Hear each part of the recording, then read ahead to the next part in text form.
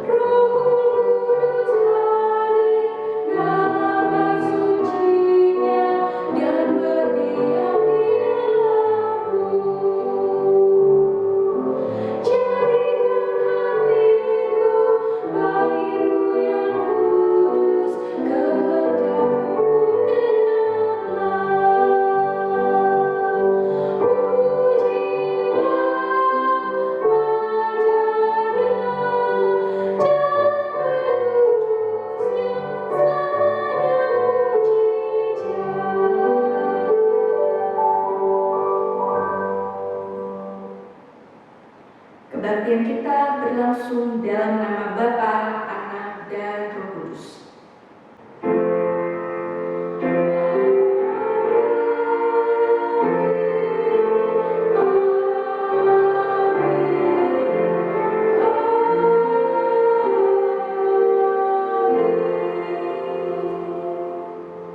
Tuhan beserta saudara dan beserta saudara juga.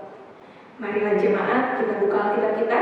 Saya akan bacakan kata pembuka kita pada pagi hari ini, terambil dari 2 Korintus pasal yang ke-10 ayatnya yang ke-5. Kami mematahkan setiap siasat orang dan merubuhkan setiap kubu yang dibangun oleh keangkuhan manusia untuk menentang pengenalan akan Allah. Kami menawan segala pikiran dan menaklukkannya kepada Kristus. Mari kita masuk di dalam doa pengakuan dosa. Saya persilakan kepada Ibu Pendeta Melisa Sugiharto untuk boleh pimpin kita di dalam doa. Saudara-saudara, mari kita menenangkan hati kita. Kita mau mengakui dosa dan kesalahan kita yang telah kita perbuat dalam minggu yang lalu. Kita tenangkan hati kita berdoa. Bapa di surga, kembali kami datang saat ini di hadapan-Mu Tuhan. Tuhan, ada banyak kesalahan yang kami perbuat dengan sengaja. Kami seringkali tidak sabar. Kami gampang bereaksi secara tidak tepat terhadap situasi dan orang-orang yang ada di sekeliling kami. Respon kami Tuhan seringkali menyakiti, melukai orang lain, terutama juga orang-orang yang terdekat dengan kami. Kami mohon ampunilah kami. Kami juga berdoa Tuhan, sucikan kami kalau kami sebagai kepala keluarga, ibu rumah tangga, kami belum melakukan tugas kami secara maksimal untuk boleh membimbing anak cucu kami semakin dekat kepada Tuhan. Kami tidak berdaya menghadapi begitu banyaknya persoalan di sekeliling kami. Sebagai orang Kristen, kami juga tidak menjadi berkat karena ada begitu banyaknya hal yang begitu menyita perhatian kami.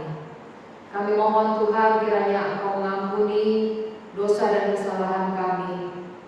Biarlah ya Tuhan, dengan bersandar kepadamu, kami percaya kami juga akan diberikan kesanggupan untuk mengerjakan sebagian kecil tugas dan pelayanan yang Kau percayakan kepada kami. Biarlah kami melakukannya dengan hati yang mengasihi Tuhan. Kami serahkan Tuhan doa pengakuan dosa kami, hanya di dalam nama Tuhan Yesus kami berdoa. Amin. Jemaat, berita anugerah hari ini terambil dari 1 Petrus pasal yang pertama ayat yang ke-8 sampai 19, dan demikianlah firman Tuhan.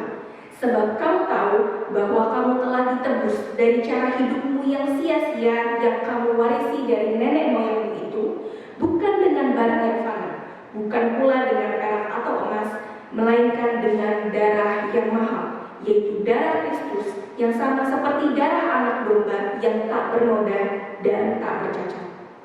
Demikianlah berita anugerah dari Allah. Syukur kepada Allah. Puji nama Tuhan. Marilah jemaat, kita persiapkan hati dan pikiran kita kembali sebelum kita memasuki dan mendengarkan firman Tuhan. Kita kembali merenungkan pengorbanan Kristus bagi kita. Dia yang telah mati menanggung segala dosa-dosa kita. Kita nyanyikan pujian Tuhan penebusku.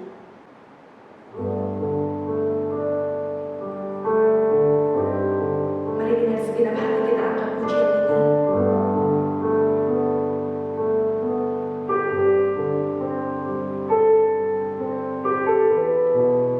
Sebab hanya Tuhanlah penebus dalam hidup kita, dan Dia menyelamatkan kita.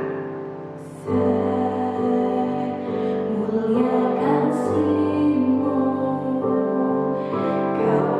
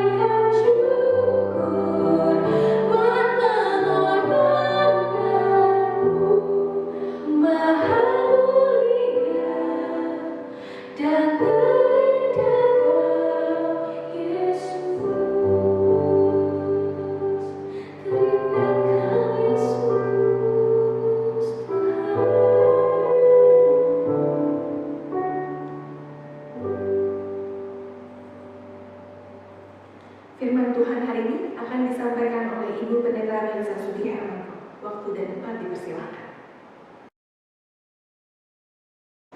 Saudara-saudara, kita akan masuk di dalam doa sebelum kita merenungkan firman Tuhan yang memasuki Minggu Prapaskah yang keempat. Kita siapkan hati kita di hadapan Tuhan, kita mohon Tuhan menolong kita untuk kita memahami firman-Nya. Mari kita berdoa. Bapa di surga, kami memasuki Minggu Prapaskah yang keempat. Biarlah ya Tuhan Kau terus ingatkan kami, supaya kami juga memiliki perenungan dalam memasuki akan Jumat Agung dan Paskah. Ingatkan kami Tuhan betapa Engkau sangat mengasihi kami. Biarlah kami juga boleh melakukan bagian kami, mempersiapkan hati kami dalam menyambut akan kasih-Mu yang sudah Engkau nyatakan. Tuhan, jika sebentar kami akan membaca dan merenungkan firman-Mu, kiranya Engkau berbicara kepada kami, menolong kami Tuhan, supaya kami mengerti dan kami juga punya kekuatan melakukan firman Tuhan. Inilah doa kami, di dalam nama Tuhan Yesus kami berdoa. Amin. Saudara-saudara, kita akan membaca Alkitab dari Yohanes pasal 11 ayat 47 hingga 53. Yohanes pasal 11 ayat 47 hingga 53. Lalu imam-imam kepala dan orang-orang Farisi memanggil mahkamah agama untuk berkumpul, dan mereka berkata, "Apakah yang harus kita buat? Sebab orang ini membuat banyak mukjizat. Apabila kita biarkan dia, maka semua orang akan percaya kepadanya, dan orang-orang Roma akan datang dan akan merampas tempat suci kita serta bangsa kita."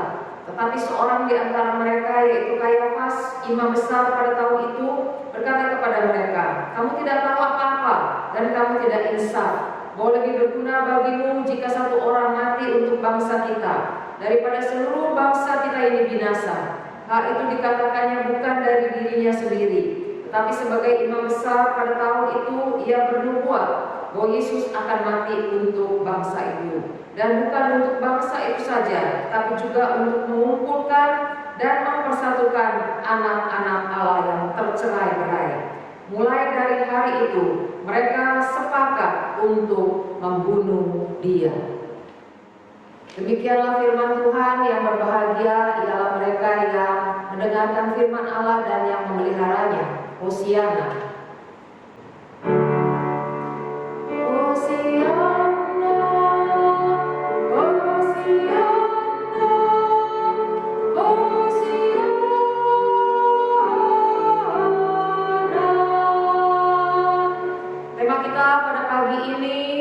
Berjalan dengan Allah yang memberi kemenangan. Bapak Ibu, kita cenderung melihat masalah itu berada di luar diri kita. Seringkali kita mendengar orang berkata demikian, "Kalau saja penampilan saya berubah, maka hidup saya lebih baik. Seandainya saya dapat menikah, hidup saya lebih cerah. Kalau saya dapat keluar dari pernikahan ini dan ketemu dengan pasangan yang lebih pengertian, maka saya merasa hidup saya tidak akan stres. Kalau anak-anak saya lebih menurut, maka saya merasa hidup saya lebih tenang. Jika saya mempunyai uang lebih banyak, hidup saya tidak seperti ini." Saudara, seringkali kita berpikir kalau hal-hal yang di luar diri kita ini berubah, maka kita akan happy. Kita juga bukan saja melihat bahwa masalah itu di luar diri kita, tapi kita juga cenderung menyalahkan situasi atau orang-orang lain sebagai penyebab daripada kita punya persoalan, yang menyebabkan kita tidak lagi memiliki kemenangan. Saudara-saudara, bagaimana seseorang dapat menang terhadap dosa atau bertumbuh di dalam kerohaniannya? Yang pertama, dia harus melihat hati sebagai awal daripada dosanya. Dia harus melihat hatinya sebagai awal dari dosanya. Saudara, kita melihat bahwa imam-imam kepala dan juga ahli-ahli Taurat, mereka melihat persoalan itu ada pada Yesus, bukan dari hati mereka.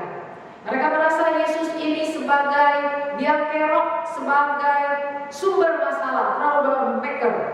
Jadi saudara, mereka merasa bahwa Yesus ini kalau dibiarkan, nanti orang Roma akan datang merampas tempat suci, dan juga keberadaan mereka sebagai satu bangsa dipertanyakan. Kita bisa lihat di dalam ayat 48, saudara, mereka tidak melihat bahwa persoalan mereka itu ada pada diri mereka. Kenapa mereka ingin membunuh Yesus? Mereka tidak melihat itu sumbernya berawal dari pikiran dan keinginan mereka.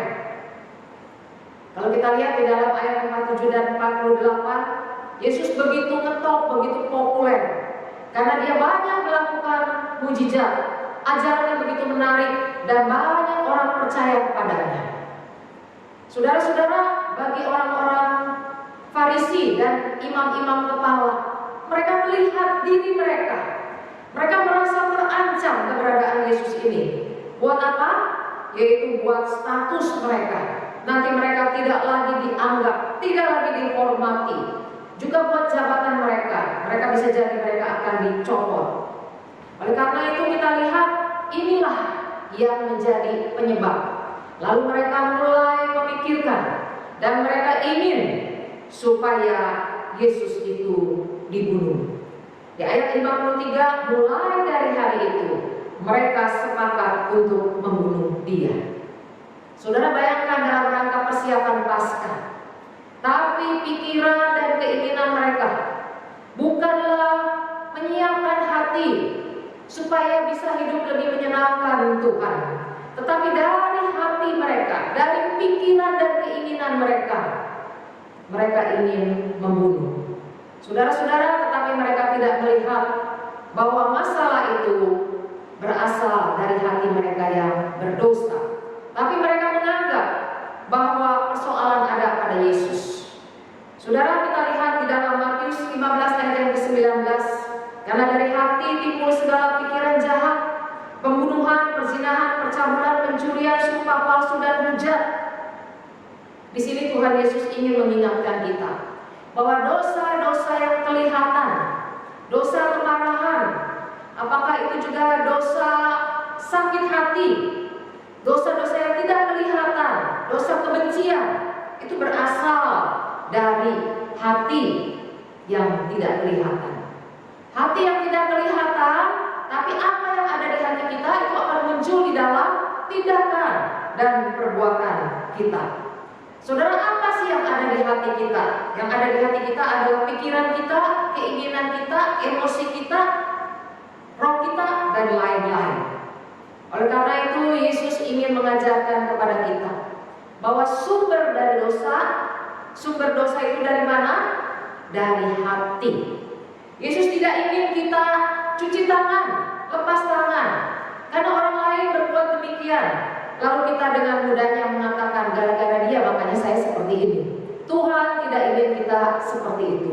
Tuhan ingin kita bertanggung jawab untuk setiap respon, reaksi negatif yang keluar dari hati kita. Kita diminta untuk bertanggung jawab.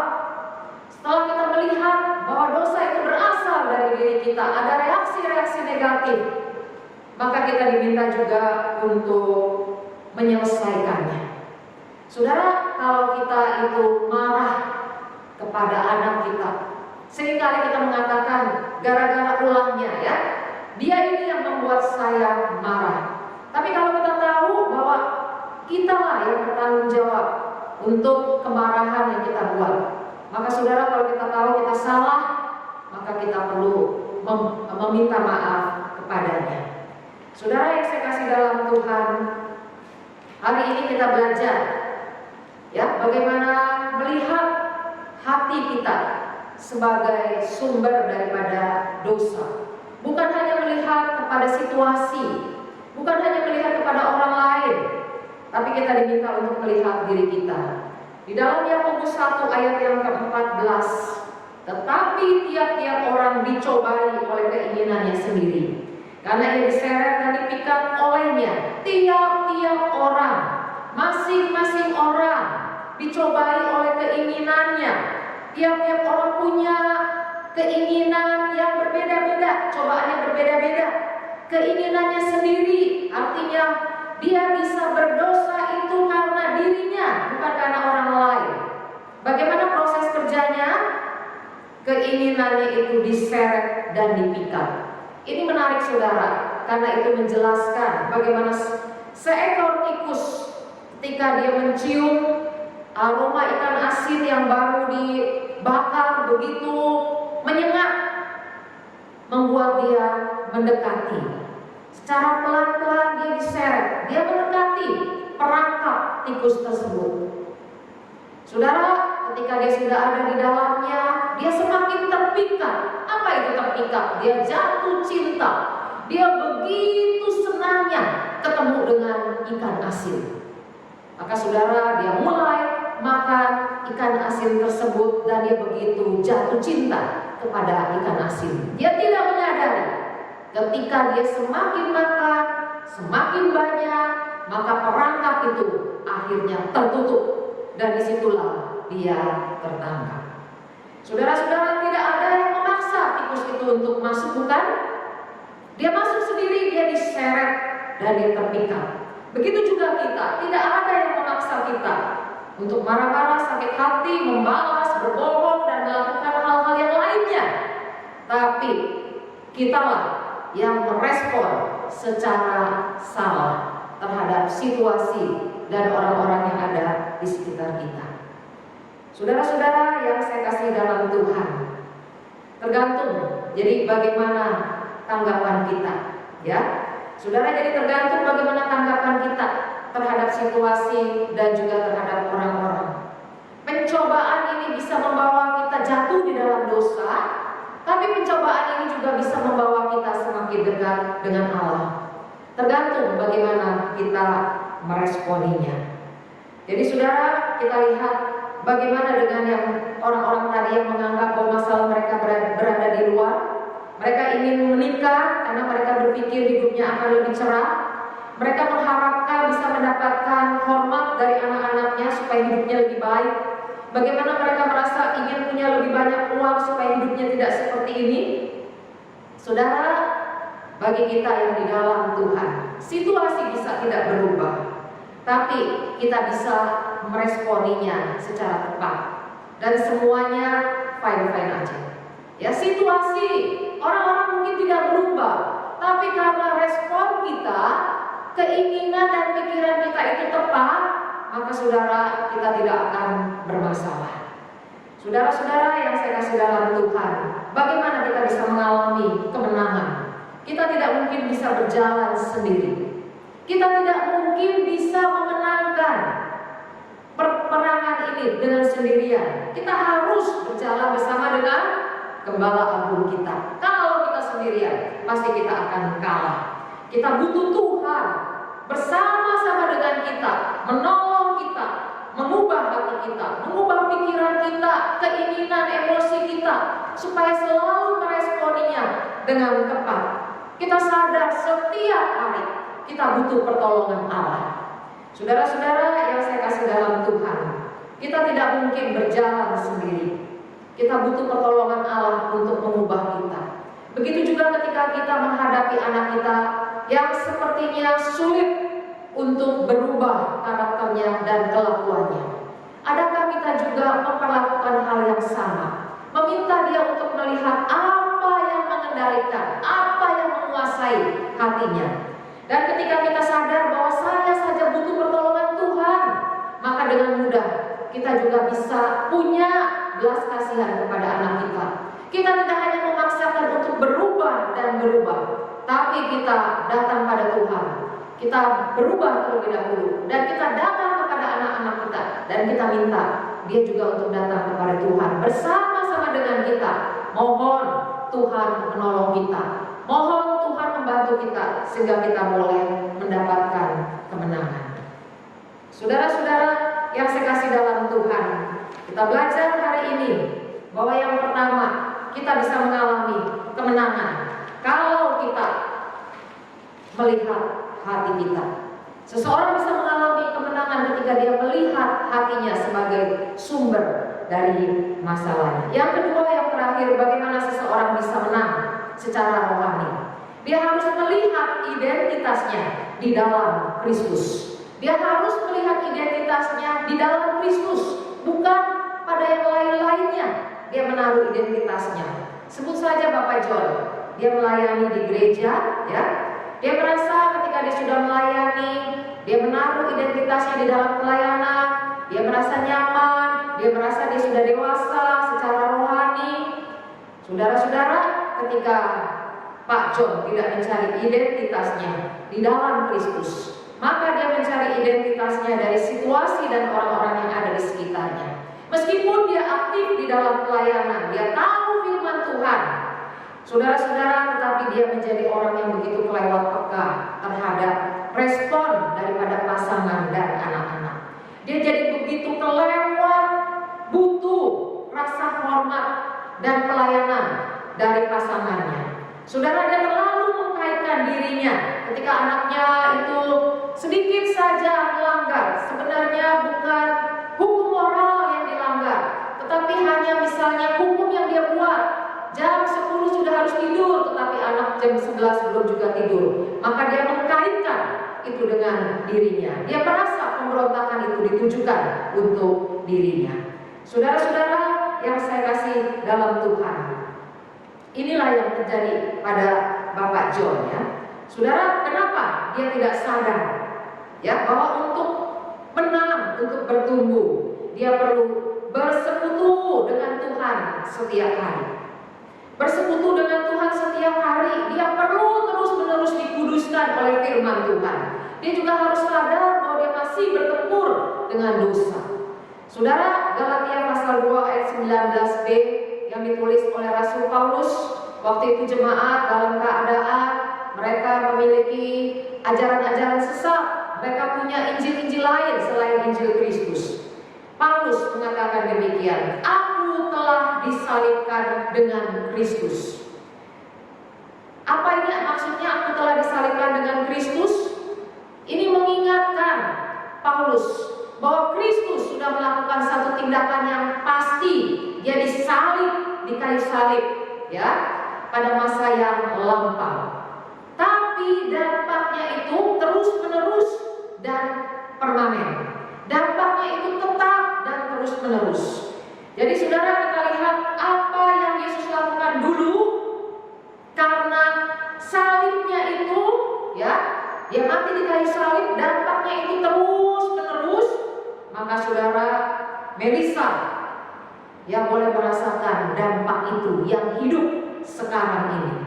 Bukan hanya itu saja saudara, tetapi juga terus-menerus bagaimana kita nantinya, tergantung apakah kita mau bersandar terus kepada Kristus, terus-menerus dan permanen.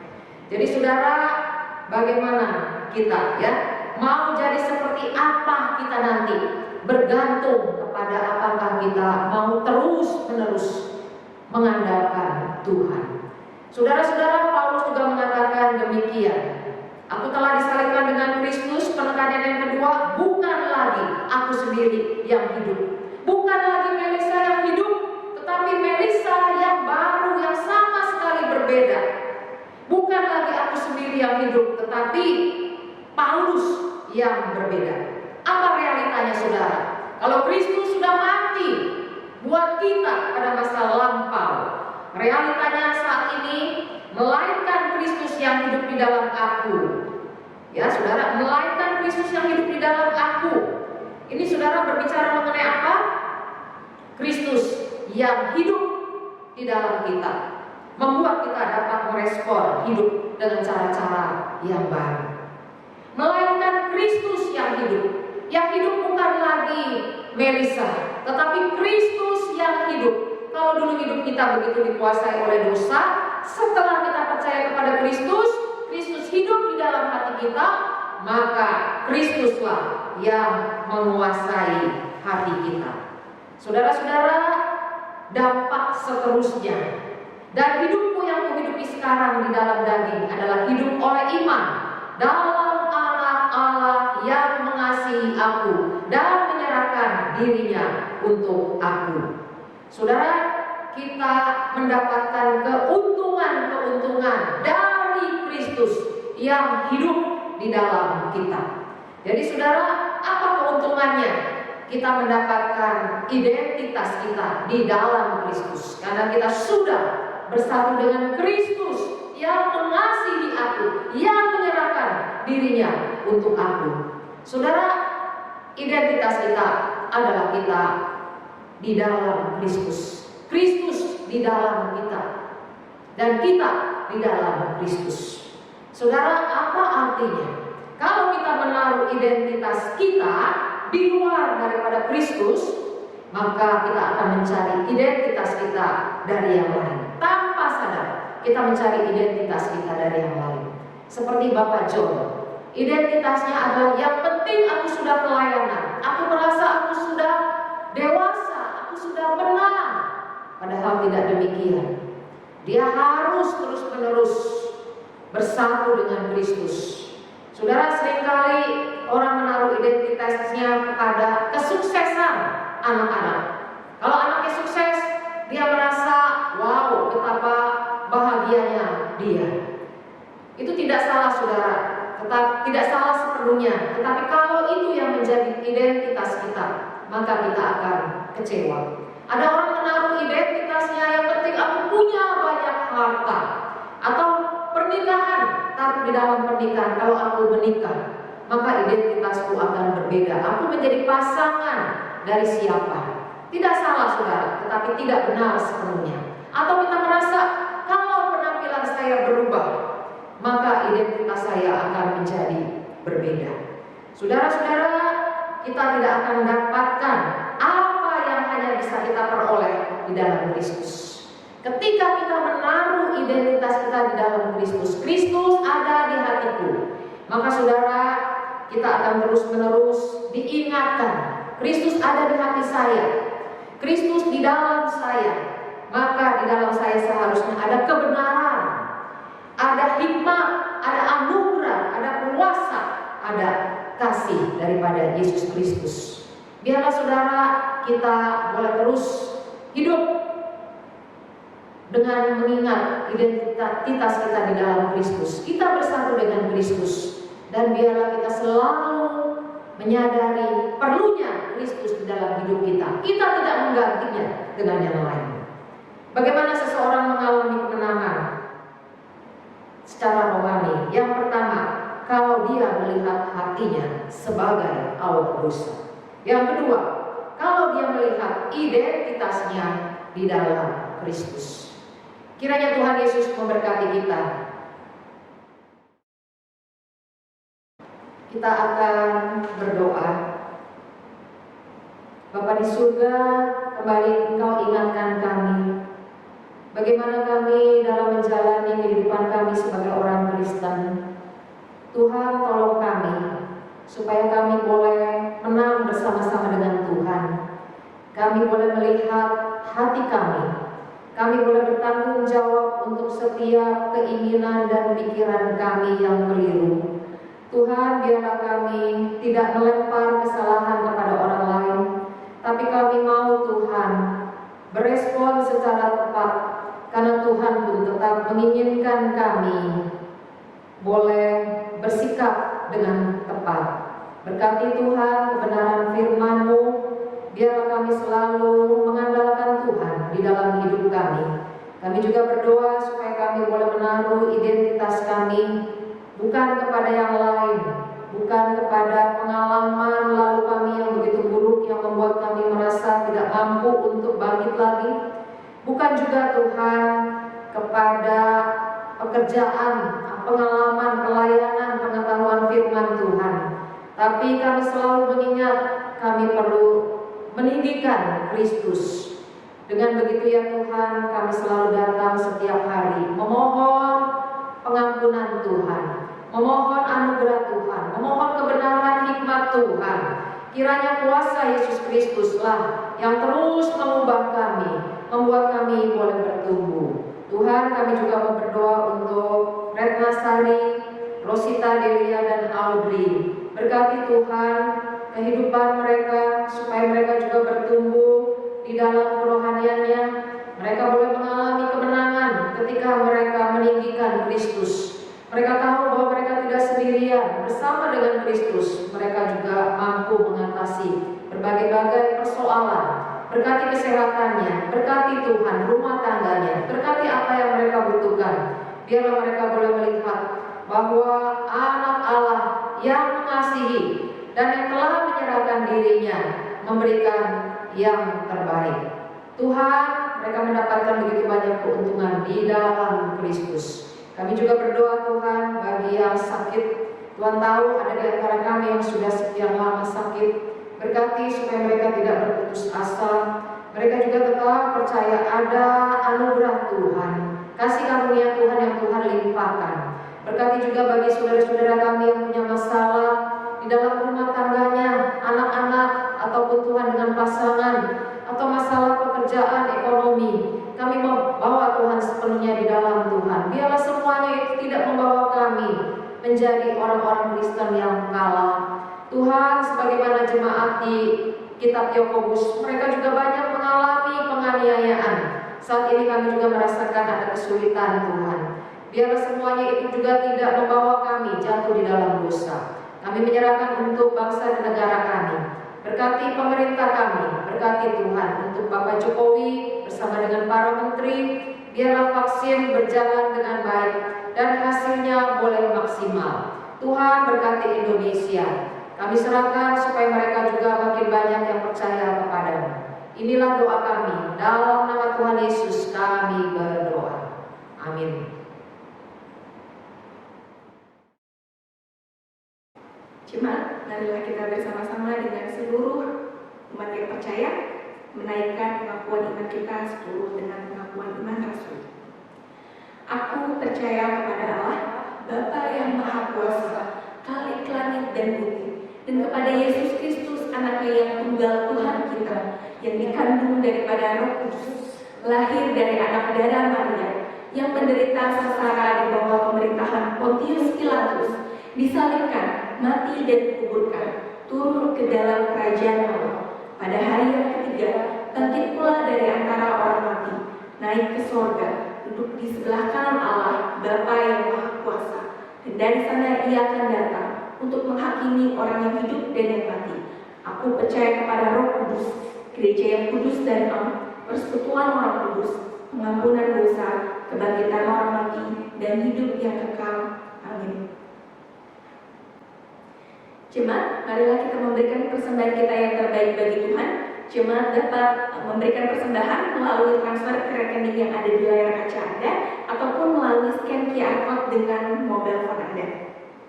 Sebelumnya saya akan bacakan terlebih dahulu nas persembahan kita, terambil dari kitab Mazmur pasal ke-109 ayatnya yang ke-108.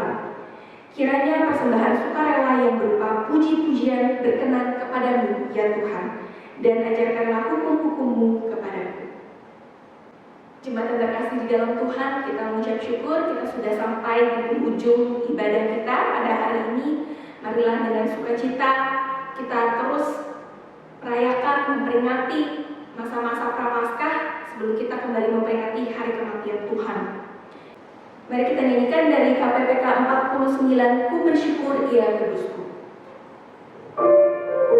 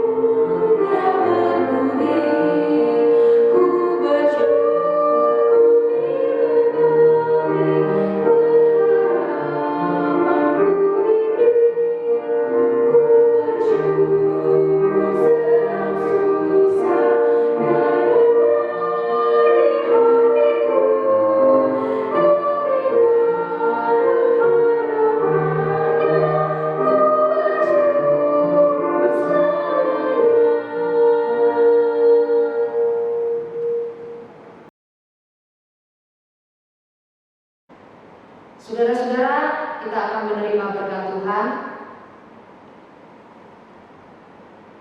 Berjalan bersama dengan Tuhan yang memberi kemenangan. Biarlah kita mulai dengan kita memperhatikan, melihat apa yang menjadi keinginan dan pikiran yang keluar dari hati kita. Kasih karunia dari Tuhan Yesus Kristus, cinta kasih dari Allah Bapa, persekutuan kita dengan Allah Roh Kudus memampukan kita boleh menjadi orang Kristen yang berubah dari dalam, dan itu nampak keluar. Kiranya Tuhan memampukan kita melakukan perubahan bersama-sama dengan Tuhan. Diberkatilah engkau dari sekarang sampai selama-lamanya. Hosiana.